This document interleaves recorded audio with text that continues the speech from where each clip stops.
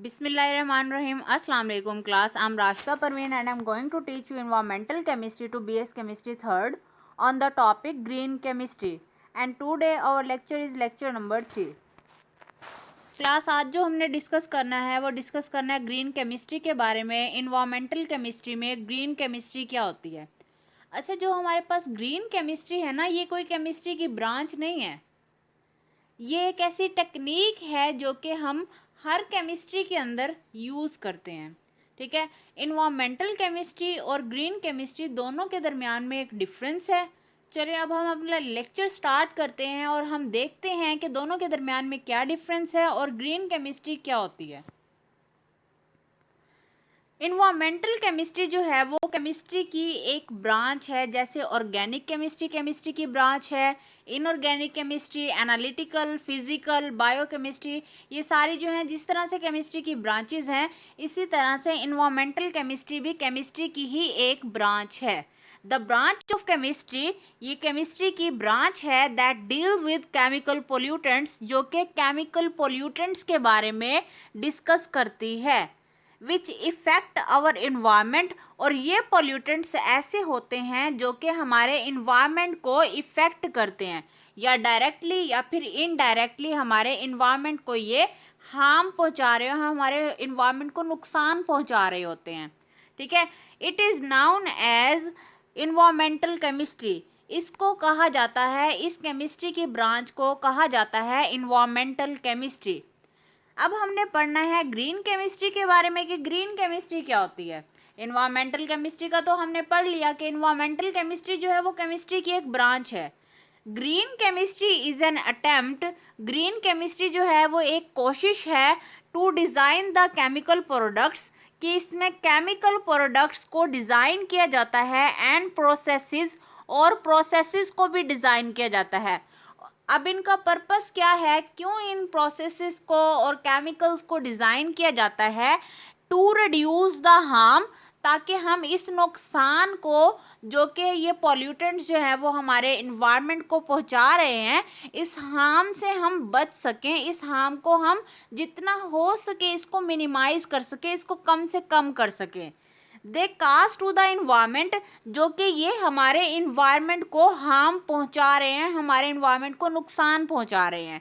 It is known as green chemistry, इस attempt को क्या कहते हैं, इस अटेम्प्ट को ग्रीन केमिस्ट्री कहा जाता है।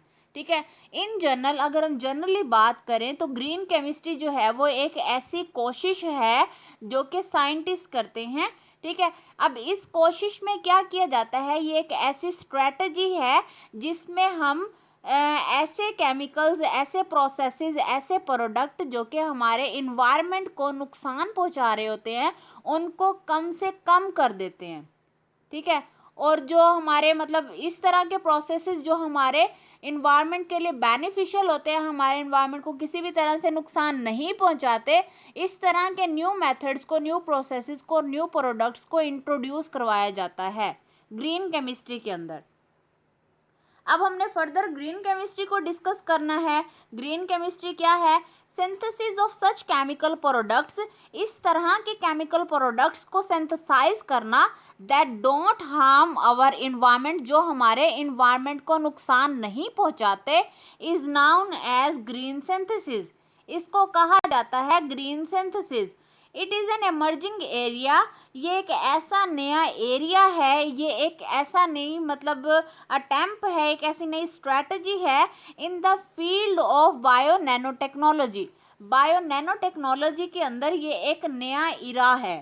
ठीक है, and it provides economic as well as environmental benefits, ये जो है हमें इकोनॉमिक और इन्वायरमेंटल दोनों तरह के फायदे पहुंचाती है as an alternative to chemical and physical methods, और ये जो है केमिकल और फिजिकल मेथड्स का अल्टरनेटिव होता है। ठीक है, बहुत सारे केमिकल और फिजिकल मेथड्स जो हैं वो ऐसे होते हैं जो कि हमारे इन्वायरमेंट को नुकसान पहुंचा रहे होते हैं, लिविंग ऑर्गेनिजम्स को as well as non living organisms को भी, नॉन लिविंग थिंग्स को भी नुकसान पहुंचा रहे होते हैं। लेकिन ग्रीन केमिस्ट्री में हम इस तरह के प्रोसेस को इन्वेंट करते हैं जो कि ना कि नॉन लिविंग थिंग्स को नुकसान पहुंचाते हैं, ना वो हमें नुकसान पहुंचाते हैं, यानी कि लिविंग थिंग्स को भी नुकसान नहीं पहुंचाते, और इसके अलावा वो हमारे इन्वायरमेंट को भी नुकसान नहीं पहुंचाते। In this method, non-toxic safe reagents which are eco-friendly and biosafe are used. इस मेथड के अंदर इस तरह के जो हमारे पास रिएजेंट्स होते हैं वो यूज किए जाते हैं जो कि नॉन टॉक्सिक होते हैं, ठीक है। ऐसे रिएजेंट जो कि पोल्यूशन जो है वो क्रिएट नहीं करते और वो सेफ होते हैं, ठीक है, विच आर इको फ्रेंडली, और वो माहौल दोस्त भी होते हैं, हमारे इन्वायरमेंट को भी वो नुकसान नहीं पहुंचाते, एंड आर बायोसेफ, और वो बायोसेफ भी होते हैं। इस तरह के रिएजेंट्स को यूज किया जाता है। अब हमने इसके प्रिंसिपल पढ़ने हैं ग्रीन केमिस्ट्री के, क्योंकि हमने कहा कि ग्रीन केमिस्ट्री जो है वो एक ऐसी स्ट्रेटजी है जो कि हमारे इन्वायरमेंट को नुकसान नहीं पहुंचाती, हमारे इन्वायरमेंट के लिए जो नुकसान पहुंचाने वाले रिएजेंट्स हैं उनको कम से कम कर देती है, ठीक है। तो इसके प्रिंसिपल्स भी होंगे जिन पे काम करके इस स्ट्रेटजी को तश्कील दिया जाता है, इस स्ट्रेटजी को इम्प्लीमेंट किया जाता है। तो वो जो प्रिंसिपल हैं, अब हमने उन प्रिंसिपल्स के बारे में डिस्कस करना है। वो प्रिंसिपल्स कौन कौन से हैं? नंबर 1 जो प्रिंसिपल है इसका वो है प्रिवेंशन, ठीक है। नंबर 2 है एटम इकोनॉमी। नंबर 3 है less hazardous chemical synthesis. Number 4 है डिजाइनिंग सेफर केमिकल्स। नंबर 5 है safer solvents and auxiliaries. Number 6 है design for energy efficiency. Number 7 है use of renewable feed stock. Next है रिड्यूस डेरिवेटिव्स। नेक्स्ट है catalysis. Next है design for degradation. Next है real time analysis for pollution prevention. Next है inherently safer chemistry for accident prevention. अब हमने 1 bye 1 detail में ये जितने भी प्रिंसिपल्स हैं हमने इनको डिस्कस करना है कि ग्रीन केमिस्ट्री जो है उसका इन प्रिंसिपल्स के साथ क्या ताल्लुक है, ये प्रिंसिपल्स जो हैं वो क्या कहते हैं ग्रीन केमिस्ट्री में। सबसे पहला जो प्रिंसिपल है वो है prevention. It is better to prevent the waste, ठीक है। प्रिवेंशन का मतलब है रोकथाम करना, यानी कि किसी भी चीज को कंट्रोल में लेके आना। इट इज बेटर, ये बहुत ही ज्यादा मुफीद है, टू प्रिवेंट वेस्ट, के वेस्ट को प्रिवेंट किया जाए, वेस्ट को खत्म किया जाए, ठीक है ना, देन टू ट्रीट। इससे ये कई गुना बेहतर है कि हम अपने वेस्ट को कम से कम करें बनिस्बत इसके कि हम उस वेस्ट को दोबारा से ट्रीट करें, क्लीन करें, ठीक है ना। Clean up waste after it is form, उसको वेस्ट को वेस्ट करने के बाद उसको क्लीन और ट्रीट करने से बेहतर है कि हम उस वेस्ट को कम से कम करें जितना हमसे हो सकता है। अगर वेस्ट होगा तो उसको ऑब्वियसली हम उसको ट्रीट भी करेंगे, हम उसको क्लीन भी करेंगे। ट्रीट करने से और क्लीन करने से जो उनको मतलब लाइक अगर हम उनको जला देते हैं, उस वेस्ट को जलाने से जो केमिकल्स प्रोड्यूस होंगे गैशियस फॉर्म में वो फिर से एटमॉस्फेयर के अंदर चले जाएंगे और हमारे एटमॉस्फेयर को और हमें जो है वो फिर अल्टीमेटली नुकसान पहुंचाएंगे। तो बेहतर है कि हम इस वेस्ट को जितना हो सके इसको मिनिमाइज करें। नेक्स्ट है एटम इकोनॉमी। एटम इकोनॉमी क्या कहती है? Synthetic method should be design. इस तरह के सिंथेटिक मेथड जो हैं वो डिजाइन करने चाहिए to maximise the incorporation of all the materials. जितने भी मटेरियल्स हैं अगर किसी केमिकल रिएक्शन के अंदर टेक पार्ट कर रहे हैं तो वो सारे के सारे मटेरियल जो हैं वो मिल के जो है एक प्रोडक्ट बनाएं, ठीक है ना। यूज इन द प्रोसेस, जो कि इस प्रोसेस के अंदर यूज हो रहे हैं into the final product, final product को वो बना रहे हैं। तो जितने भी केमिकल्स हम किसी रिएक्शन के अंदर यूज कर रहे हैं तो रिएक्शन जो है वो ऐसा होना चाहिए कि उसके अंदर जितने केमिकल्स लाइक अगर 10 केमिकल्स हैं हम उनको यूज करें तो 10 के 10 केमिकल्स जो है वो मिलके एक अच्छा सा प्रोडक्ट बनाए जिसकी यील्ड जो है वो 90 से 100% तक होनी चाहिए। लेस हैज़ार्डस केमिकल सिंथेसिस, ऐसी हम केमिकल सिंथेसिस को अपनाएं जो कि इतनी ज्यादा नुकसानदा हो, नॉन टॉक्सिक हो। वेन एवर प्रैक्टिकेबल, जब भी हम मतलब किसी भी सिंथेसिस को इम्प्लीमेंट करते हैं, सिंथेटिक मैथोडोलॉजीज शुड बी डिजाइन, इस तरह की सिंथेटिक मैथोडोलॉजीज जो है वो हमें डिजाइन करनी चाहिए to use and generate substances, इस तरह के जो सब्सटेंसेस हैं उनको जनरेट करें दैट पोजेस लिटल, ठीक है ना। अब ये जो सब्सटेंसेस जो हमने जनरेट करने हैं इनकी लिटल टॉक्सिसिटी होनी चाहिए, या फिर ऐसे होने चाहिए कि इनकी टॉक्सिसिटी बिल्कुल हो ही ना, ये नुकसान पहुंचाए ना, ना इंसानों को, ना जानवरों को, ना पौधों को, और ना ही हमारे इन्वायरमेंट को। नेक्स्ट है डिजाइनिंग सेफर केमिकल्स, ऐसे केमिकल्स को डिजाइन करना जो कि हमारे इन्वायरमेंट के लिए भी सेफफुल होते हैं और हमारे अपने लिए भी, मतलब जो लिविंग ऑर्गेनिजम्स होते हैं इनके लिए भी वो सेफर होते हैं। Chemical product should be design, इस तरह के केमिकल प्रोडक्ट्स को डिजाइन करना to prevent efficacy of functions, ठीक है, ताकि वो फंक्शन की एफिकेसी को प्रिजर्व कर सकें, वाइल रिड्यूसिंग टॉक्सिसिटी, और टॉक्सिसिटी को जो है वो जितना हो सके उसको मिनिमाइज करे। नेक्स्ट है सेफर सॉल्वेंट एंड ऑक्सिलरीज, जो हम सॉल्वेंट्स यूज करते हैं केमिकल रिएक्शन के अंदर वो सारे के सारे जो है वो सेफर होने चाहिए। The use of auxiliary substances like solvent separating agents should be made unnecessary, अब ये जो सॉल्वेंट्स और हम ये जो सेपरेटिंग एजेंट्स यूज करते हैं ये अननेसेसरी होने चाहिए। वेन एवर पॉसिबल, जब तक पॉसिबल हो, and use in innocuous. Next है डिजाइन फॉर एनर्जी एफिशिएंसी, ठीक है ना, एनर्जी एफिशिएंसी के मेथड्स को डिजाइन करना चाहिए।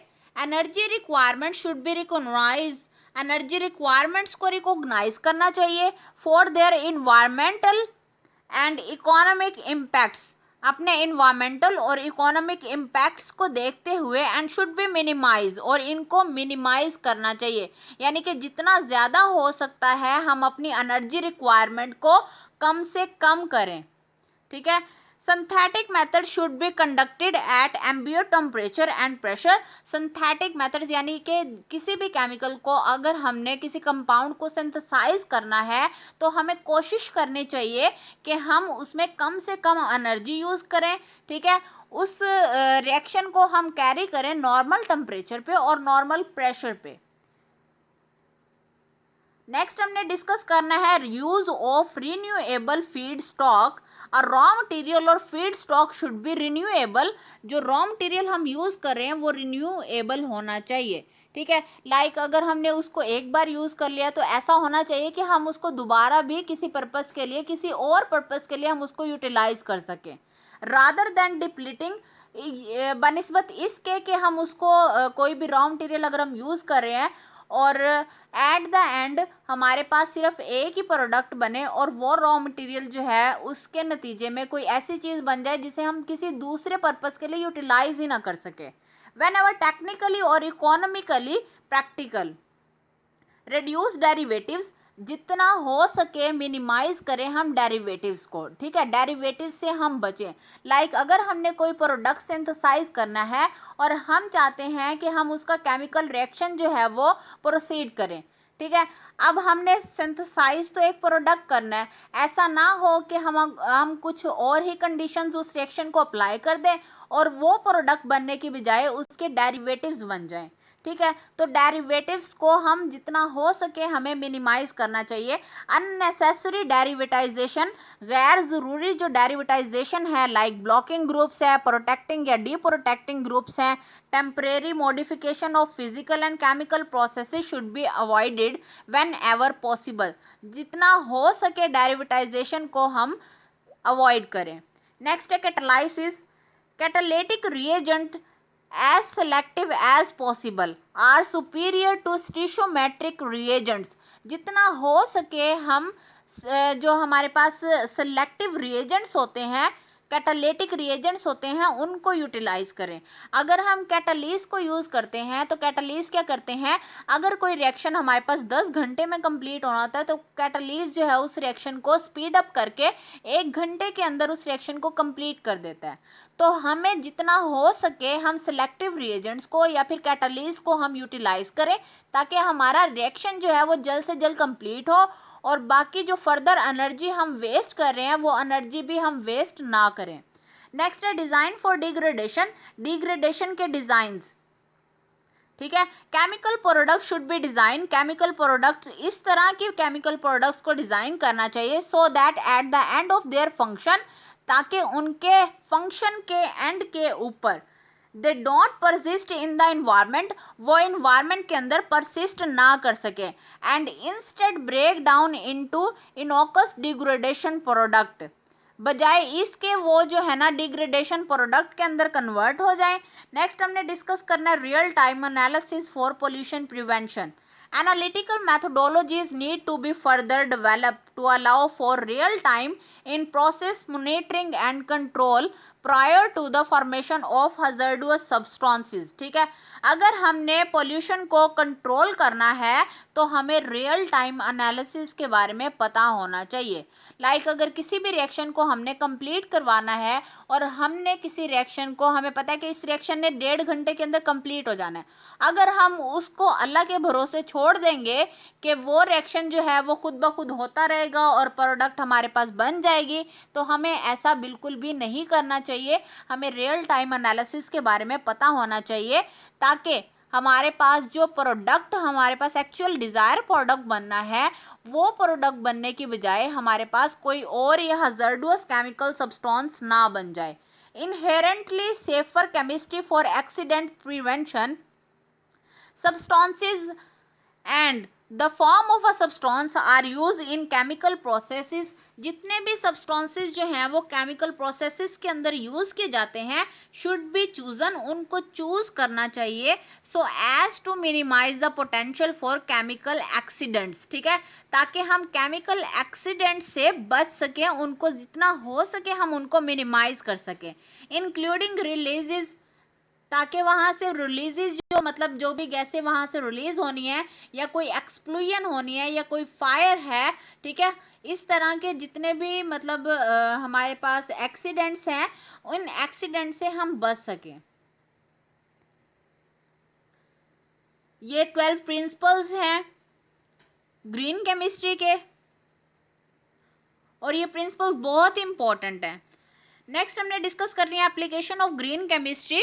ग्रीन केमिस्ट्री की जो क्लीनिंग टेक्नोलॉजी की एप्लीकेशंस हैं, अब हमने इनको डिस्कस करना है। नंबर 1 है एंटीबैक्टीरियल प्रोडक्ट्स। एंटीबैक्टीरियल प्रोडक्ट्स को डिजाइन करने के लिए हम ग्रीन केमिस्ट्री को यूज करते हैं। नंबर 2 है लॉन्ड्री। लॉन्ड्री के अंदर भी हम ग्रीन केमिस्ट्री को यूज करते हैं। नंबर 3 है वाटर प्योरिफिकेशन। वाटर प्योरिफिकेशन जो है वो भी ग्रीन केमिस्ट्री के प्रिंसिपल्स के ऊपर वर्क करती है। नेक्स्ट है इंडस्ट्रियल क्लीनिंग। इंडस्ट्रियल क्लीनिंग जो है वो भी ग्रीन केमिस्ट्री से ही चलती है। नेक्स्ट है सस्टेनेबल सिंथेसिस। सस्टेनेबल सिंथेसिस जो है वो भी ग्रीन केमिस्ट्री की ही एक एप्लीकेशन है। नेक्स्ट हमने डिस्कस करना है रिसाइकलेबल कैटालिस्ट। रिसाइकलेबल कैटालिस्ट जो है वो भी एप्लीकेशन है ग्रीन केमिस्ट्री की। Turnover number, solvents and bio catalyst, ये सारी की सारी जो है वो ग्रीन केमिस्ट्री की मेजर एप्लीकेशंस हैं। अब हमने डिस्कस करना है स्कोप के बारे में। Anastas is called the father of green chemistry. Anastas जो है वो उसको ग्रीन केमिस्ट्री का फादर कहा जाता है। अ फील्ड दैट प्रमोट्स, एक ऐसी फील्ड है जो कि प्रमोट करती है the design of product and processes, जो कि ऐसे डिजाइन और प्रोसेसेस को प्रमोट करती है that minimise environmental impacts and hazardous outcomes, जो कि हमारे ऐसे जो प्रोसेस होते हैं, ऐसी प्रोडक्ट्स को ये प्रमोट करती है जो कि हमारे इन्वायरमेंट को नुकसान नहीं पहुंचाती, बहुत कम से कम नुकसान पहुंचाती है। Green chemistry provide a unique forum. ये जो ग्रीन केमिस्ट्री है ये एक यूनिक तरह का फोरम, प्लेटफॉर्म प्रोवाइड करती है for the publication of innovations. Innovations के लिए एक पब्लिकेशन के लिए एक प्लेटफॉर्म प्रोवाइड करती है। Research on the development of alternative green and sustainable technologies. It aims to protect environment by cleaning up. इसका जो पर्पस है वो ये है कि ये इन्वायरमेंट को क्लीन अप करती है। ठीक है, it invents new non hazardous chemical processes, ये जो है नए नए नॉन हैजर्डस यानी कि लेस टॉक्सिक केमिकल प्रोसेसेस को इन्वेंट करती है that don't pollute the environment, जो कि हमारे एनवायरनमेंट को नुकसान नहीं पहुंचाते। It is rapidly developing and an important area, ये एक ऐसी टेक्निक है जो कि बहुत तेजी से ग्रो कर रही है, एंड एन इम्पोर्टेंट एरिया, और एक बहुत ही अहम जो है ये एरिया है इन केमिकल साइंसेस के अंदर। Nowadays many industries follows the basic principle of green chemistry, आजकल के दौर में बहुत सारी इंडस्ट्रीज जो हैं वो ऐसी हैं जो कि फॉलो करती हैं ग्रीन केमिस्ट्री के बेसिक 12 प्रिंसिपल्स को। नेक्स्ट हमने डिस्कस करना है मेटाथीसिस के बारे में। मेटाथीसिस जो है वो ग्रीन केमिस्ट्री में क्या होती है? The term was developed by Grubbs, Schrock and शोविन।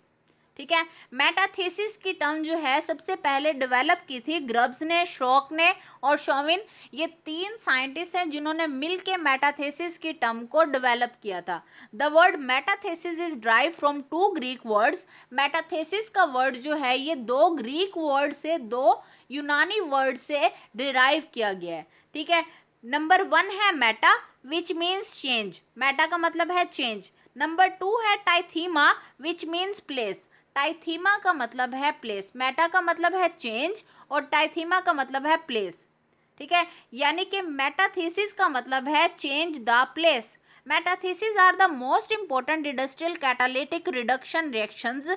Metathesis जो है ये बहुत ही ज्यादा इंपॉर्टेंट इंडस्ट्रियल कैटालिटिक रिएक्शंस होते हैं in which the bonds between different atoms are broken, जिसमें डिफरेंट एटम्स के दरमियान में जो बॉन्ड्स होते हैं वो टूट जाते हैं, and new bonds are form in the presence of a special catalyst, और नए बॉन्ड जो हैं, पुराने बॉन्ड जो हैं डिफरेंट एटम्स के दरमियान में टूट जाते हैं और नए बॉन्ड जो हैं वो उनके दरमियान में बन जाते हैं। लेकिन ये रिएक्शन जो है वो स्पेशल तरह के कैटालिस्ट लाइक रोडियम वगैरह की प्रेजेंस में होते हैं।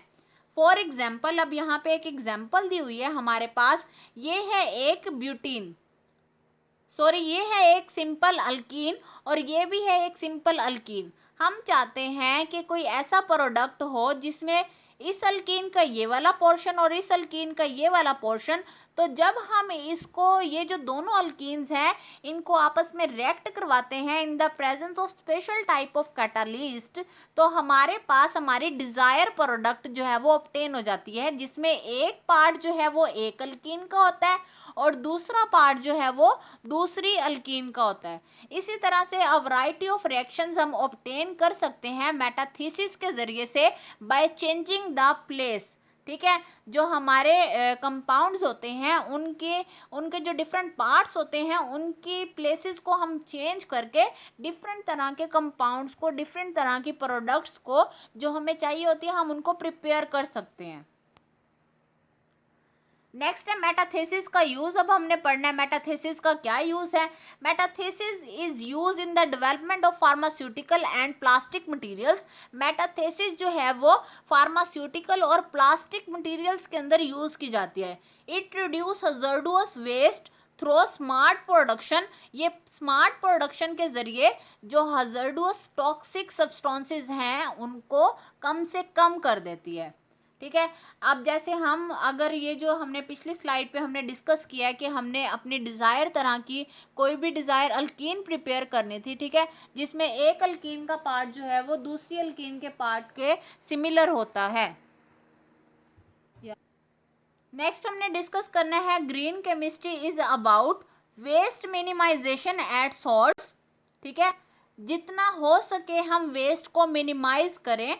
Use of catalyst in place of reagents. जो हमने रिएजेंट्स यूज करने हैं उनकी जगह पे हम कैटालिस्ट को यूज करें ताकि हमारा रिएक्शन जो है वो स्पीड अप हो और जितनी हमें एनर्जी और जितने हमें ज्यादा रिएजेंट्स रिक्वायर हैं वो भी हमें इतने ज्यादा रिएजेंट रिक्वायर ना हो।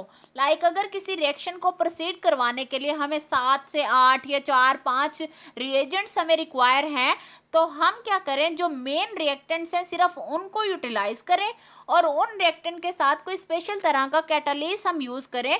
बस मेन रिएक्टेंट और इनके साथ कैटालिस्ट यूज करें, और इसके अलावा कोई भी रिएजेंट हम यूज ना करें। यूजिंग नॉन टॉक्सिक रिएजेंट्स, जो रिएजेंट्स हम यूज कर रहे हैं वो नॉन टॉक्सिक होने चाहिए, ना तो वो हमारे एनवायरनमेंट को नुकसान पहुंचाएं और ना वो हमारे मतलब हमारी जो हेल्थ है, ह्यूमन हेल्थ है या प्लांट्स हैं या फिर एनिमल्स हैं, किसी भी तरह की लिविंग थिंग्स को भी नुकसान ना पहुंचाए। यूज ऑफ रिन्यूएबल रिसोर्सेज, जो रिसोर्सेज हैं वो रिन्यूएबल होने चाहिए। लाइक अगर हम एक रिसोर्स को हम यूज कर रहे हैं किसी एक रिएक्शन के लिए और उसका जो बाई प्रोडक्ट बना है वो बाई प्रोडक्ट किसी और रिएक्शन के लिए यूजफुल होना चाहिए। Improve atom efficiency, atom efficiency को हमें इम्प्रूव करना चाहिए। Use of solvent free and recyclable environmentally benign solvent system, ऐसे सॉल्वेंट सिस्टम्स को यूज करें जो कि हमारे इन्वायरमेंट के लिए फायदेमंद होते हैं, हमारे इन्वायरमेंट के लिए वैल्यूएबल होते हैं। It is better to prevent the waste, ये बहुत ही बेहतर है कि हम वेस्ट से प्रिवेंट करें देन टू ट्रीट और clean up waste after it is form, बजाय इसके कि वेस्ट बनाने के बाद हम उस वेस्ट को ट्रीट करें और उसको क्लीन करें। ठीक है, जितना हो सके हम इस वेस्ट से अवॉइड करें। अगर वेस्ट ही नहीं होगा तो ना उसको ट्रीट करना पड़ेगा ना उसको क्लीन करना पड़ेगा। नेक्स्ट है uses of green chemistry. Green chemistry के कौन कौन से यूजेस हैं? Number 1 energy, number 2 global change, energy जो है वो एनर्जी भी बच जाती है और जो हमारा इन्वायरमेंट है पूरी ग्लोब का, पूरी दुनिया का, वो भी ग्रीन केमिस्ट्री से चेंज हो जाएगा। रिसोर्सेज डिप्लीशन, जो रिसोर्सेज की डिप्लीशन है डे बाय डे बढ़ती चली जा रही है, हम इस रिसोर्सेज की डिप्लीशन पे भी काबू पा सकते हैं। फूड सप्लाई, फूड सप्लाई जो है वो भी इससे कंट्रोल होगी। नेक्स्ट है टॉक्सिक इन द इन्वायरमेंट, जो हमारे इन्वायरमेंट्स को टॉक्सिसिटी पहुंचा रहे हैं ऐसे पोल्यूटेंट्स पे हम काबू पा सकते हैं by using green chemistry, green chemistry को यूज करके। ओके क्लास, ये तो था आज का हमारा लेक्चर ग्रीन केमिस्ट्री का। इससे रेलिवेंट कोई भी क्वेश्चन हो आप लोग मुझे कमेंट बॉक्स में कमेंट करके पूछ सकते हैं और काइंडली आप लोग मेरा चैनल ज़रूर सब्सक्राइब कीजिएगा ताकि मेरी आने वाली हर नई वीडियो आप लोगों को सबसे पहले मौसूल हो जाए और मेरी वीडियो को ज़रूर लाइक कीजिएगा। ओके क्लास, अल्लाह हाफिज़, बाय बाय।